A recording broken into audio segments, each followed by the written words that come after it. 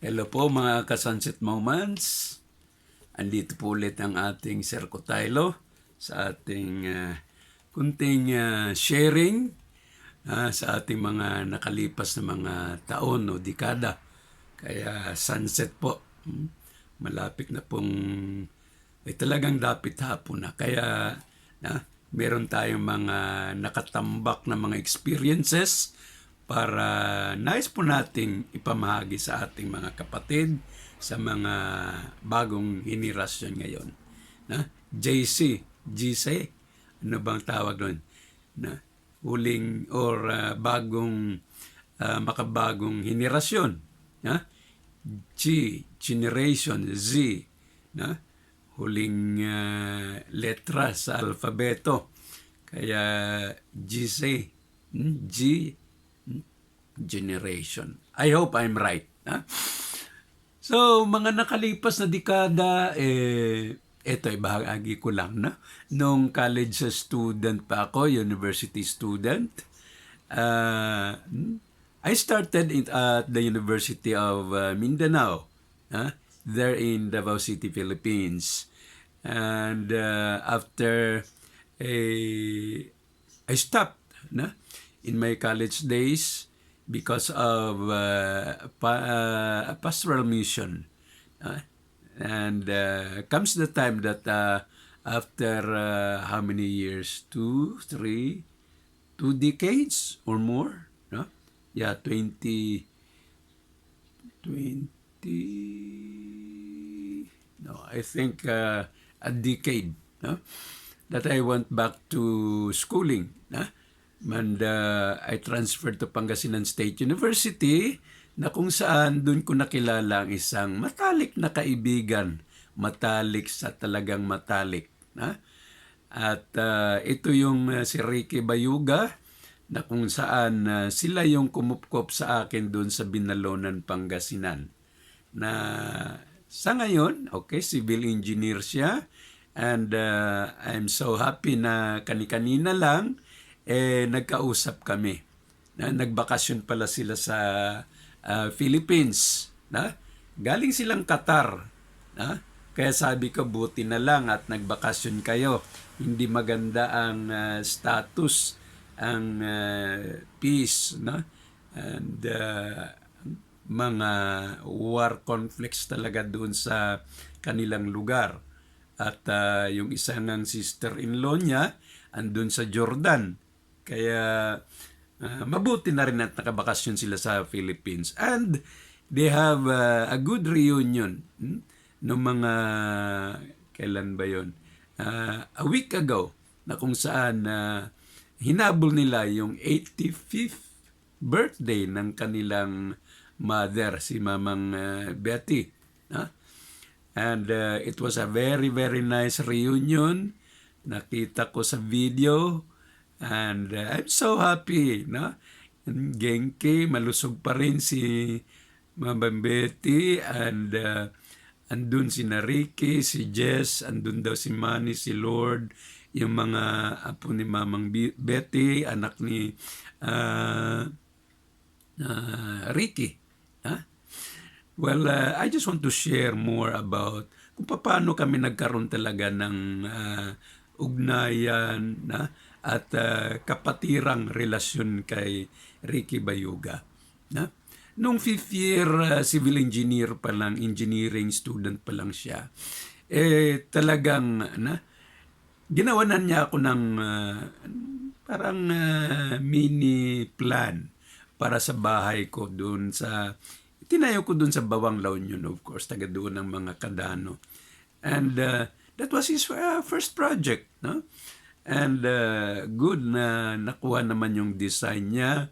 And I'm so happy. By the way, the late father of Ricky was the foreman in the construction of my house. That was, I think that was 1992, 1991. Somewhere up there. And, no, 1995. No? Yeah, I think it was 1993 or 4. No? I tried to first have a renovation of their very simple bahay kubo noon.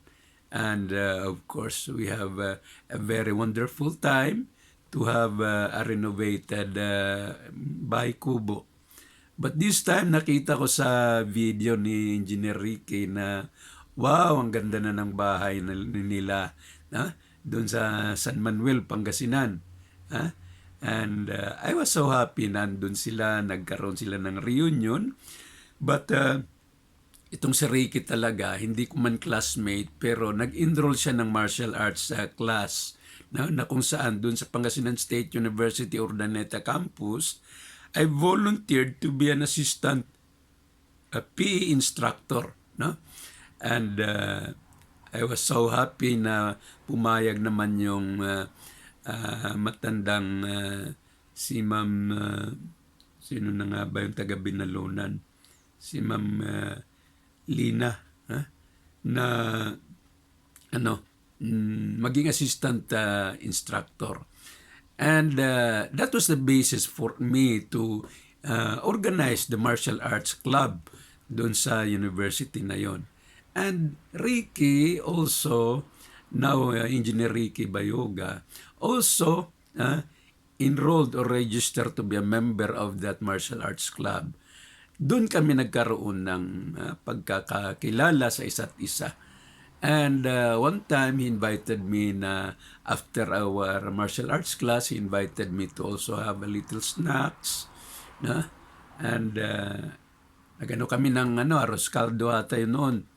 And then malapit na rin lang yung bahay nila.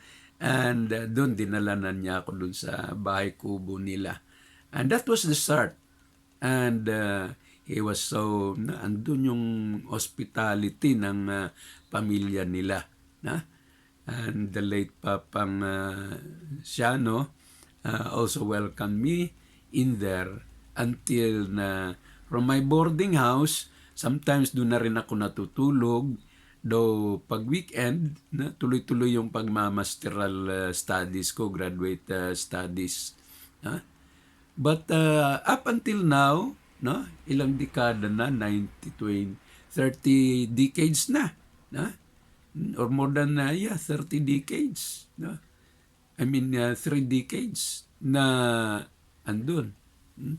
Ano pa rin kami ng communication, nag-greetings, and kanina nga, I'm so happy na nagkausap-usap kami, nakita ko rin sa video, yung kuya niyang si Jess, yung mga asawa nila, and ayun, yung apo rin ni Mamang Betty, si Kenneth.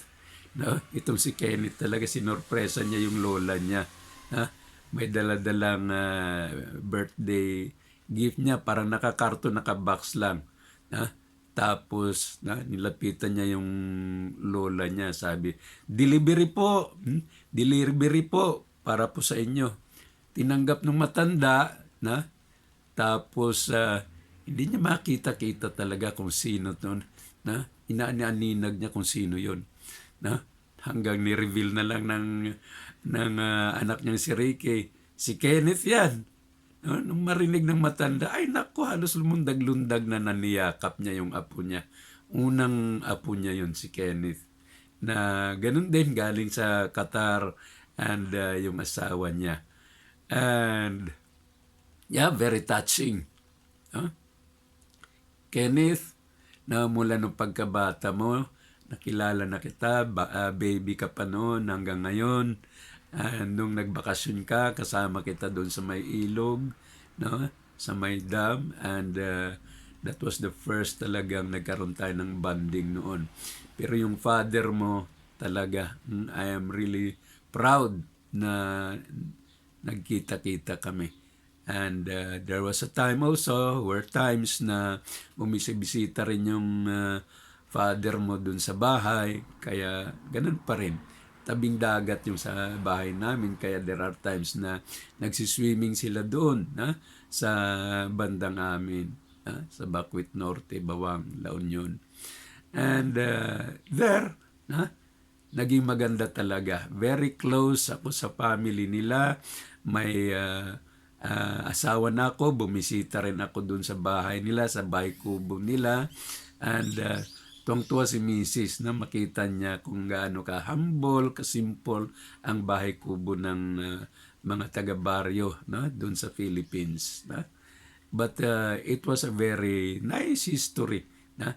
Kung malala ko lang talagang I really felt very humble Filipino na may pakita ko sa maganda at mga mayayamang tao dito sa Japan kung gaano man ka-humble yung mga ari-arian, kayamanan natin, pero ang hospitality, ang kabaitan natin, ang siyang kayamanan natin to share what is a Filipino.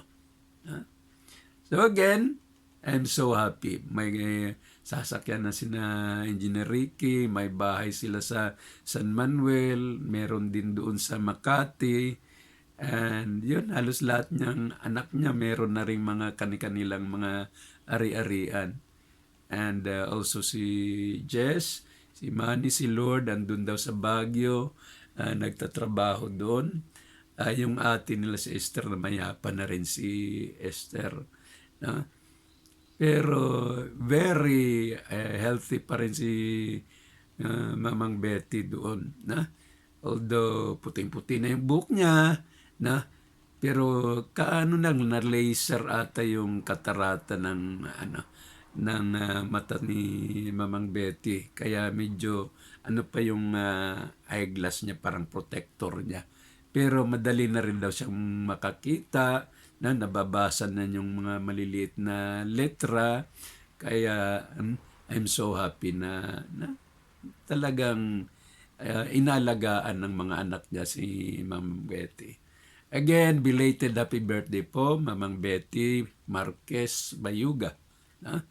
And I'm so proud na tinanggap niya ako noon sa Binalonan, even noon sa San Manuel nung nagbisibisita ako. And I cannot forget, and I always pray for the Bayuga clans na naway tuloy-tuloy pa rin ang ating hindi lang samahan, but we pray for each other. And I consider you as part of my tribe, my clan, my family, and I hope everything is fine. Si Manny naman, Manny, be close, be good filial son sa mama mo, sa mga kapatid mo. Please open more your heart para maging maganda pa rin ang ugnayan at relationship mo sa inyong pamilya. And again, I would like to say thank you so much na we have a good time, a good chance to talk with each other. Si Mitchay din, thank you for your nice smile, beautiful smile. Si Jingjing din doon, yung asawa ni Jess. I'm so happy to see you kahit na doon lang sa video. Again, thank you so much. I'm so happy to see you in our video. Ito po ay isang karanasan at parang continuation lang sa isang magandang relationship ko sa isang pamilya, naging mga pamilya, at hanggang ngayon ay pinapanatili namin ang aming komunikasyon dahilan nga rin sa as the eldest, quote-unquote, sa family nila, naging kabahagi rin man ako sa kanila bilang isang kuya and an advisor.